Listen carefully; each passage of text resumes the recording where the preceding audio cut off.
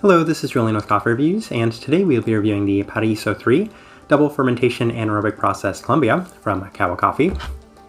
And there's the bag right there. And Kawa, based out of Paris, France, and this is their first time appearing on this channel, and it's also the first time any French coffee roaster has appeared on this channel, but there's a little bit of a backstory behind this coffee, so let me discuss that real quick, as this is a Diego Bermudez coffee, and we've reviewed a number of Diego Bermudez coffees on this channel. But when I found out a local coffee shop was going to be carrying Kawa's coffees, I went on the Kawa's website and took a look at what they were currently offering, and of course the first thing that caught my interest was those Panamanian coffees. But unfortunately, the coffee shop did not bring in those Panamanian coffees. So when I was looking, I decided on what my second or third choices might be, and this is the coffee that definitely caught my interest. It was my top choice outside of those Panamanian coffees for a number of reasons, and the most notable of which being that I had a coffee extremely similar to this about 3 or 4 years ago when Black and White released their El Paraiso series.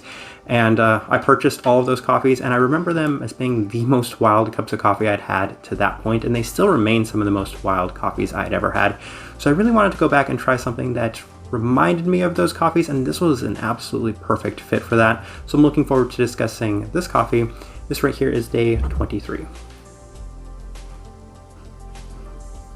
And recipe I went with was that very standard recipe, a 16:1 water to coffee ratio brewed at 205 degrees Fahrenheit through the V60, which is a more medium fine grind. And the recipes I saw for this coffee were kind of interesting. I did play around with it ever so slightly, but a lot of places suggested lower temperatures. So I saw a lot of 91, 90 degrees Celsius and higher ratios, so 15:1 water to coffee, even lower than that, like a 14.7:1 water to coffee ratio. So keep that in mind, but I liked it best this way. And roast profile, it's a light European for that roast profile. With those notes out of the way, let's go ahead and start discussing this coffee. All right, day 11, first impression, and yeah, I don't even really know how to describe this. So when you open the bag, it has a wild funkiness. This is one of the most funky coffees I've ever had, and that's exactly what I experienced from that first set of El Paraiso coffees I had a number of years ago. As the best way to describe this funkiness, I've heard people describe it as maybe blue cheese, but for me it's kind of slightly this moldy fruit. I mean, it has a very fruit characteristic to it, but it just kind of smells like maybe bad fruit as a whole. And it's there in the whole beans, the grind, and then in the bloom itself. But I must emphasize this, it's not as present in the cup itself. So while it comes out overly funky in every other aspect, it's not there in the taste. But aroma does play a heavy impact in the way you perceive coffee as a whole. Wildly fruity. It's very heavy on the pineapple juice and the fleshy fruits. So the pineapple juice, we will talk about that a lot throughout this video, so I don't need to discuss that too much right now. But yeah, those were the first two things I was getting, and it was an interesting first experience. That's what I'll say for that. Day 13, similar experience to this coffee as it remains super sugary, fruit sweet with an overly dominant sweet yet unripened pineapple. So it didn't feel like necessarily a ripe pineapple. There was a slight bit of this kind of pineapple bitterness, but it was still a very, very sweet pineapple, so I want to emphasize those things. And there was a secondary characteristic including some strong stone fruits. Yet again, definitely the most pronounced secondary characteristic in this cup. Lighter stone fruits for me. I think they have prune listed on here, which would indicate some sort of plums. I could see that as well, but that's a little bit more in the finish. We'll discuss that a little later. Day 15, coffee has been pretty consistent to this point. I'm bouncing back and forth between the Chemex and the V60, and what I'm noticing so far is that I get a slight bit more of the stone fruits in the Chemex, but it's still pretty skewed towards these tropical fruits. It's always going to be skewed towards these tropical citric fruits, that pineapple. It's going to be ever present throughout this cup of coffee. Day 17, a slight bit of the funkiness is cooling off, and that's one thing I definitely noticed about this cup was on day 11, the funkiness was wildly absurd, and day 17, we've seen a lot of it kind of settle, dissipate. And in addition to that, there's little to differentiate between the Chemex and the V60. However, I am noticing a slight bit more sweetness in the V60 and still that ever strong tropical citrus coming from the cup.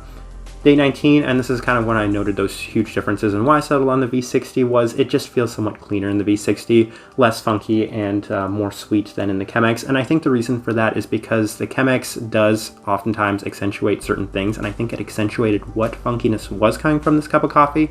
So you were just experiencing a little bit more of it that way. And it also did bring out a slight bit more of this artificial pineapple taste to it, so it felt like maybe a kind of artificial pineapple candy would be the best descriptor I had. Wildly sugary in the sweetness. Yeah, interesting cup of coffee.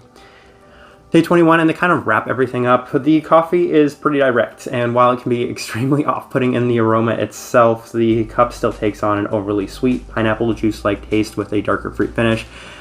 I could see it as being those kind of maybe darker plums, darker grape is the best way I felt I could describe this cup of coffee, but the secondary factor and contrasting factor still remains that abundantly sweet and sugary stone fruit, most notably the mango. Think of a very intensified Mario Moreno sort of sugary mango.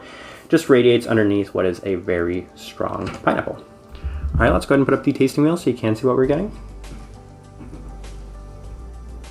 All right, and 3 level 5s, and those won't come as a surprise to anybody. Let's discuss them real quick. So the sweetness at a level 5, what I want to say about that is, yeah, of course it's a very sweet cup of coffee, but it's not overbearing. It doesn't justify the point where I would say on a relative scale, I would even push this up to a 6 or a 7. It's extremely sweet, but not overbearing.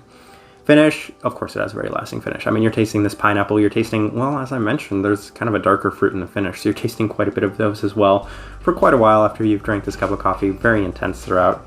And then the citrus fruit at level 5, that's the one on a relative scale. You could probably bump it up to even a 6 or a 7 because the pineapple is so strong that, yeah, you could bump that up really, really high. And as a result of stone fruit, which I honestly think on most other coffees would be all the way up to a level 5, we have to keep this relative, so push it down to a level 4 because it's nowhere near as intense as the citric-y pineapple to this cup, but it's still very dominant and pronounced. Other things worth noting, the acidity, it's on the lower side of that level 3, so I was actually kind of happy with the acidity in that sense. But the two things that are kind of difficult to discuss is the cleanliness and the body, because it does have a slightly higher than expected body. And this one was done through the V60, but the cleanliness is the most tricky one because, yeah, funkiness, it does have an impact like in the aroma itself, and aroma does have a result in how you're tasting a cup of coffee. So in that sense, you would have to probably bump that down all the way to a 2 if you're talking about the funkiness, but the cup itself was pretty clean, and I think you could actually justify a level 4 for the cleanliness.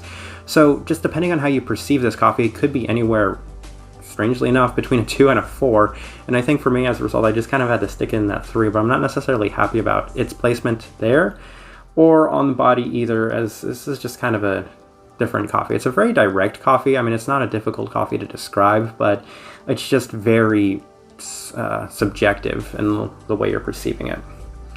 All right, overall thoughts and impressions of this coffee. Well, I think once you get past the funky, out there, wild aroma, it's actually a pretty decent cup of coffee.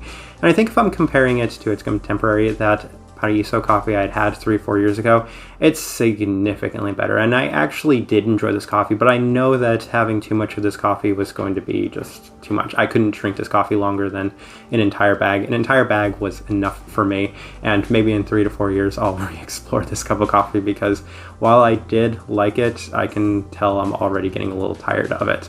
Type of person I would suggest this coffee to, those wild citric fruits. If you really love those, some very strong sugary fruits as a whole, this is a pretty good fit for you. It's a very intense cup of coffee, so keep that in mind.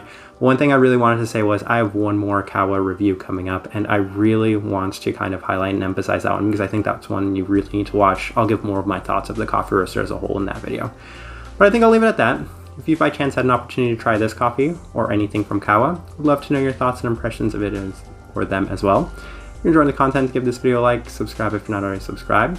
This right here has been a review of the Paraiso 3 Double Fermentation Anaerobic Processed Colombia from Kawa Coffee. Thank you for watching.